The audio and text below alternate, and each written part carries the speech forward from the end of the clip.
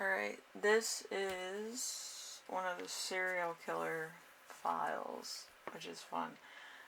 This was actually a solved one, but I just wanted to touch base on the evidence and some other things. But, in this case, it was kind of like calling out to me in a weird way. I'm like, this one's a solved one. Why is it standing out so much? But it's the thing that I'm going to show you at the end of this reading, which is really pretty neat. Um, it's an actual map, which is kind of fun. But yeah, we'll talk more on that after the tarot reading and after the messages. But yeah, it's really something else, and it really puts in perspective how stuff like this is overlooked by private eyes and police investigators and stuff like that. Anyway, um, so let's get into the tarot reading and card reading in general. We have the Ace of Wands. The Ace of Wands is something new, exciting time. A brilliant idea, creation, accomplishment of a business, fire in your belly, desire, willpower, inspiration. So, in this case, it was the case of Chris Reagan. He was a guy that was kind of well known in their community or whatever, and he went missing. Okay, so he kind of had a sex addiction and stuff like that, and he met this woman online or where have you, and she was married, and it was just a big old mess. But like some side notes about the couple, the Kelly Krogan and well, Kelly Cochran, and there's so many people in this. There's like 24 people in this thing, and I was watching it, and I'm like, this is insane. But if you really want to watch this, it's Kelly Cochran and Chris Reagan. Chris Reagan's the victim. He had a sex addiction. He was into some really weird shit. And Kelly Cochran was entertaining these ideas because she was kind of a free spirit, as they say, or kind of a drug user. So when I see the Ace of Wands, it's kind of like this. Yeah, this got pretty weird really earlier on. So, and everybody around this was like, they knew about it, but they didn't know about it. You know what I mean? It was kind of gossip, but nobody really questioned it, like if it was real or not. So, um, so Seven of Pentacles. Putting work into love, friendship turning into romance, togetherness, anniversary, socialization, working on a relationship, long-term relationship. So there is a love interest in this that's outside of the like his sex addiction. Um, there was this girl from high school, and they met later on in life or whatever, but they always had feelings for each other, whatever have you, and they started a relationship. It never mounted into like being married or anything. It was always kind of on friend basis because she found out about his sex addiction and stuff that he was into, and kind of left him for, you know, it just became like a friendship, a mutual friendship. Um, but yeah, if things were different, they would have been an item, and I don't think he would have died from being involved with this other woman. But let's see. Yeah, the Page of Cups. Page of Cups. An admirer, dreamer.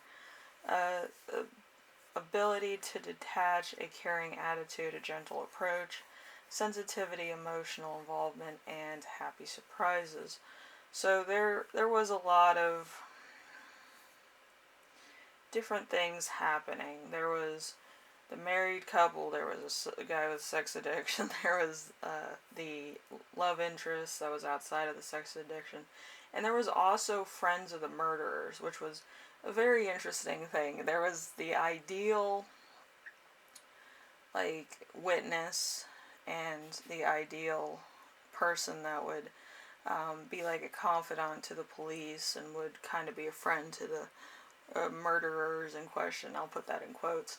But yeah, that there was so many things. If you've ever watched Murder She Wrote and you watch all the murderers, it reminded me of that. It was just like there's so many things coming out in the open, and there were so many like key words and keynotes and points of depression for the two murderers in question. And it was just all coming out to the point of even the police were a little bit of, um, questioning the neighbors around of the disappearance of this person, Chris Reagan. So there was a lot of questioning, and a lot of it is just so crazy. Like the events that happened after the fact, and like within a matter of days, it was just all like they were like quote renovating, so they moved a lot of the furniture around and they were doing all this. It was just so crazy. So crazy. And to think that nobody really like saw anything else go down that was a little bit questioning was a little bit too much, I think, for me to stomach. So, you know. So let's see. We have Four of Wands. So, a new home, community, purchase of property, a celebration, relationship becoming serious, feeling comforted and safe and secure. So, there was like a false sense of security with this. It was on the, um, the married woman and the guy with the sex addiction, and then there was the community in general. The community got involved for some reason or another. It was a barbecue situation, and this was after the murder. After the two were involved, the husband came in and murdered the guy, and then they had to get rid of the body. And this is kind of grotesque if you're a little sensitive, or your skin crawls when you hear about this. It's it's not unheard of, but it's kind of one of those taboo subjects that I think is a little bit too much for anybody to handle.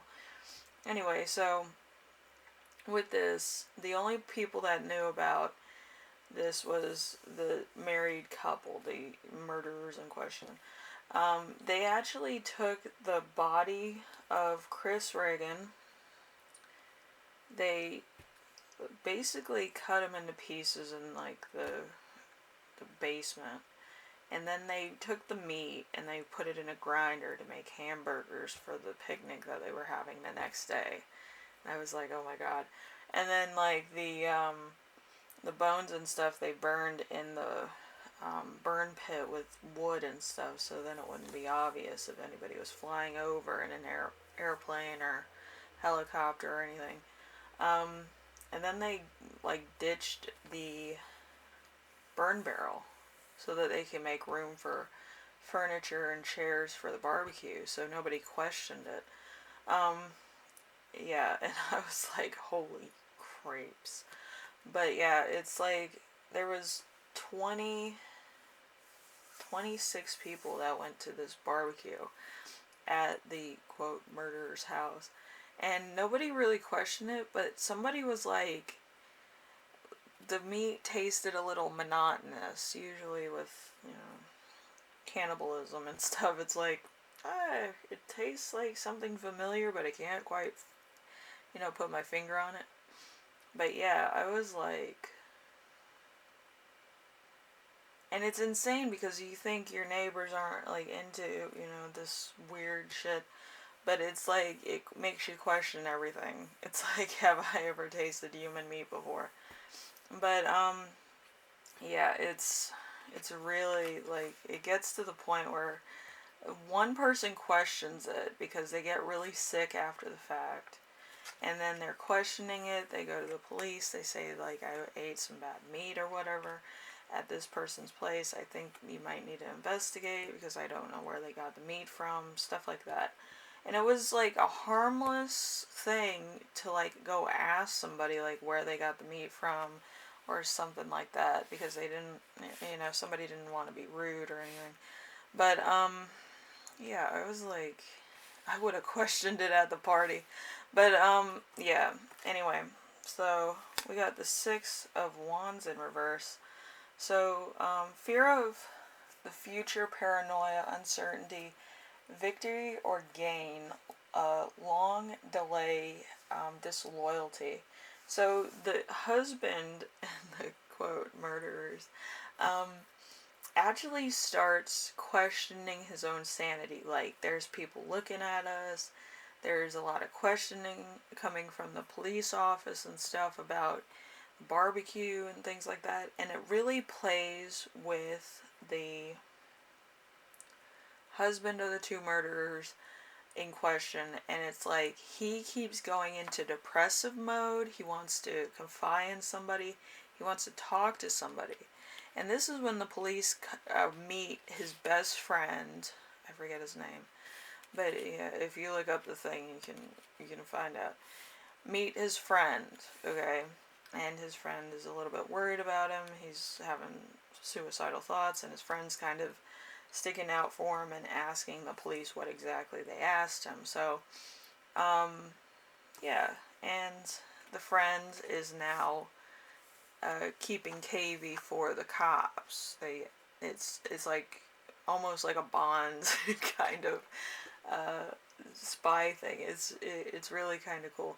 Anyway, his friend says to the potential quote murderer that actually killed the other guy with sex addiction, Chris Reagan, and he's like, "Don't worry about it.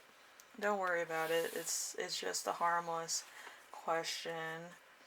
Um, you know, be yourself." And the guy keeps changing his alibi. So dare to be different. That's really something else. And the surprise is that the friend actually gains the trust of his friend and gets all the information about the night and what happened next and the days ahead and everything. Basically gets the guy's journal. He admitted to this thing in a journal and a letter. And I was just like, this is insane. Can you imagine getting like in the mail your friend's journal and your friend's like note entirely written, like almost like a suicide note, which is totally crazy. Um, and it told his friend, keep this safe in case my wife finds out that I have been keeping a journal about my depression and about stuff like that. That's why I tell people to keep a journal, because that's going to be the true facts in case anything shall happen, or if you need to look back on something that you might have not like saw through your own eyes.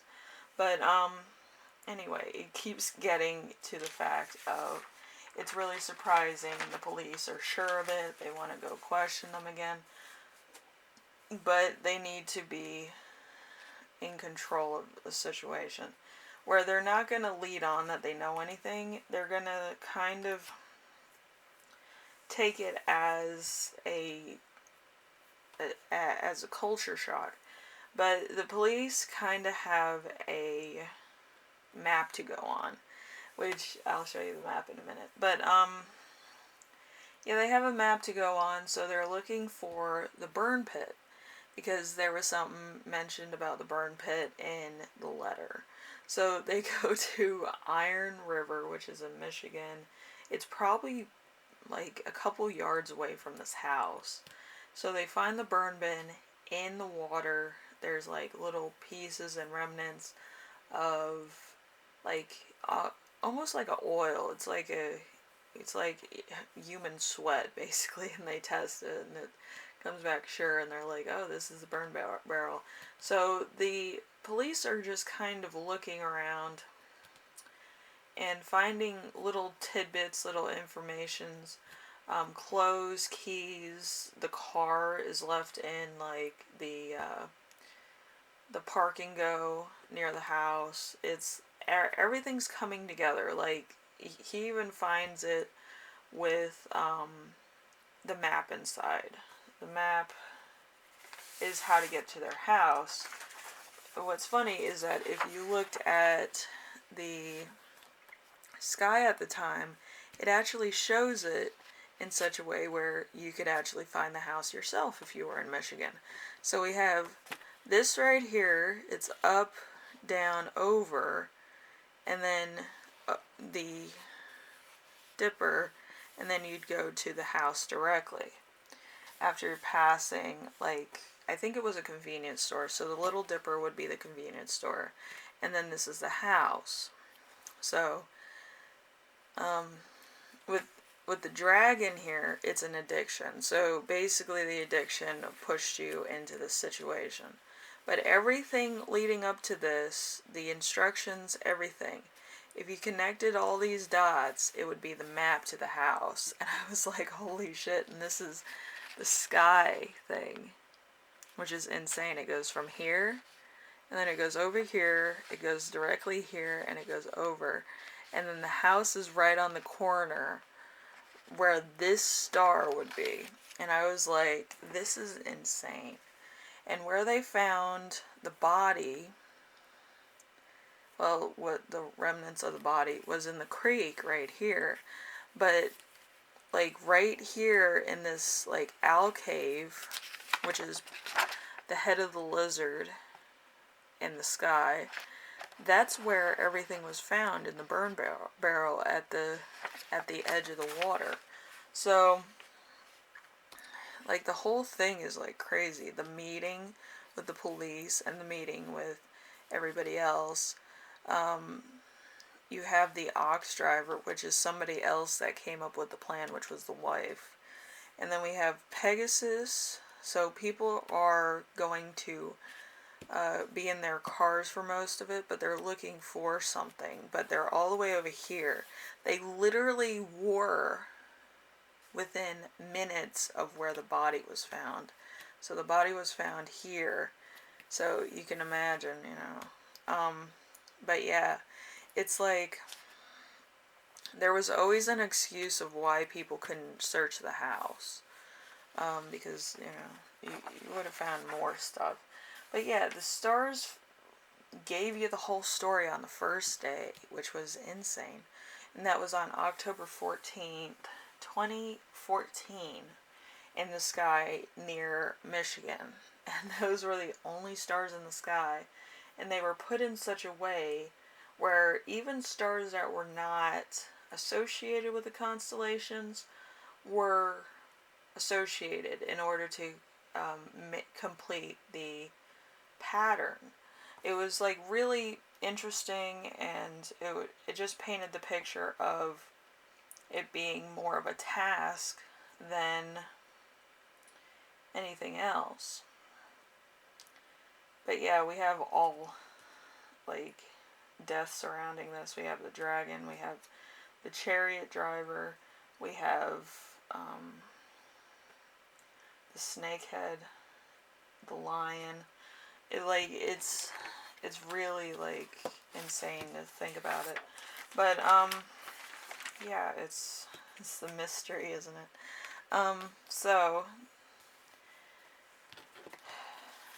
but yeah, it's the entire thing where somebody thought that they were going to get away with this, but the fact is that there was a lot of inconsistencies with the husband's story, and a lot of inconsistencies with certain events that happened like during, after, and within the matter of weeks of the thing. And it was so crazy. Like, they were planning this from the start, which actually drives me the next thing is they actually planned this on, I think, their wedding day, that if anybody took a lover in this relationship, the other one would retaliate in such a way.